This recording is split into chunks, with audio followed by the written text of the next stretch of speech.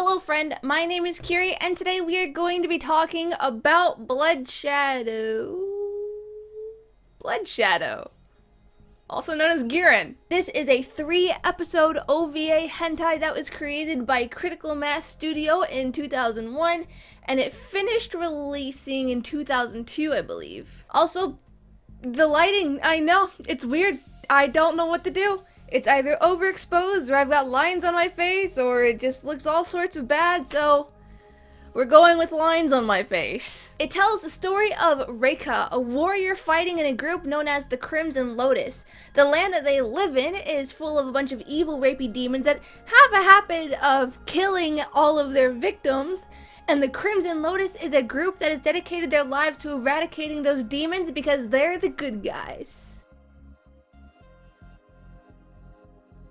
So I'm not joking, this actually had really good writing. The story was engaging with more character development than you would really expect from a 3-episode hentai, and the story had a very natural progression. It was very steady, it wasn't rushed, which is surprising for how much they tried to put into just 3 episodes. Because they covered a lot of ground and they did it very well. The cast is pretty wide too. I mean, it's a little typical, you know, with the main character being on a mission of revenge, and the women typically all fit some sort of archetype, but the cast is very diverse and I found it to be very enjoyable, especially when the characters did have their fair share of development. What I really liked though is how they weren't these helpless dames.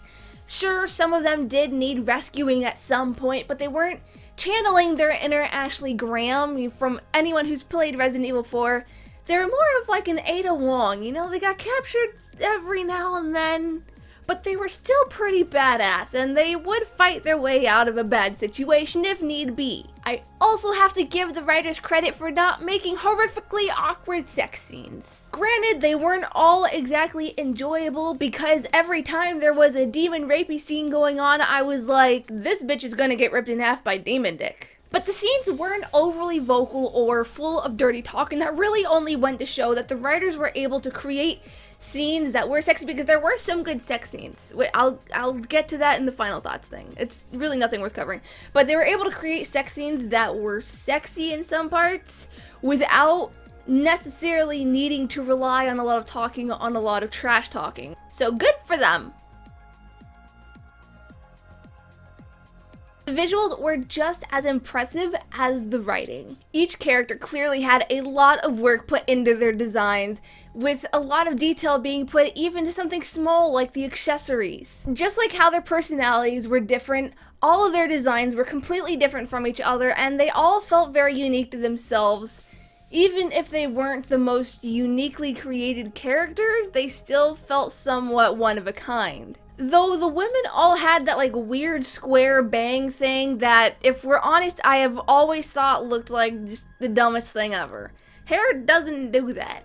Also, this was made in the early 2000s, so it does have that sort of early 2000s, late 90s look to it, with, you know, the detail in the hair and the eye style. It didn't necessarily detract from the viewing experience. It didn't bother me, but I just thought it was worth mentioning. It was actually a lot better than what you see with a lot of H-anime you see today, and the animation was very good for its time. The same can be said for the sex scenes, which were, from a visual standpoint, if we're totally just not even talking about that sense of dread that built every time one of these scenes started, they were clearly not rushed, and they maintained a steady level of quality that showed that the animators and the creators were very good at what they did. They didn't have that weird frothy gloobly glop either that defies physics and is just like the most annoying thing in well, one of the most annoying things in hentai. So I appreciated that.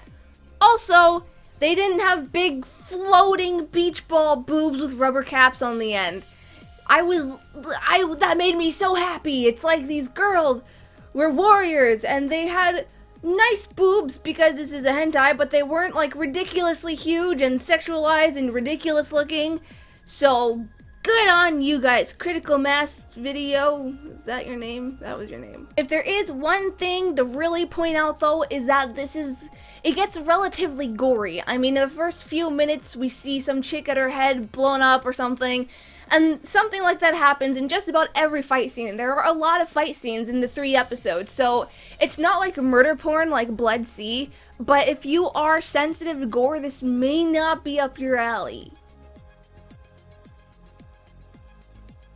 So all in all, I actually really enjoyed Blood Shadow, and honestly, I wasn't expecting to.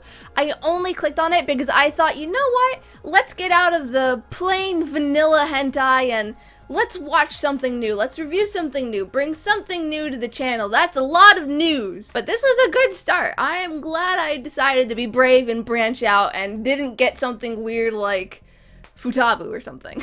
The story was great. They definitely put a lot of work into creating a very good story in what time frame they were given. The animation was good, the character design was really good, and the soundtrack was full of very nice songs that really helped enhance each mood. And the voice acting? Not terrible.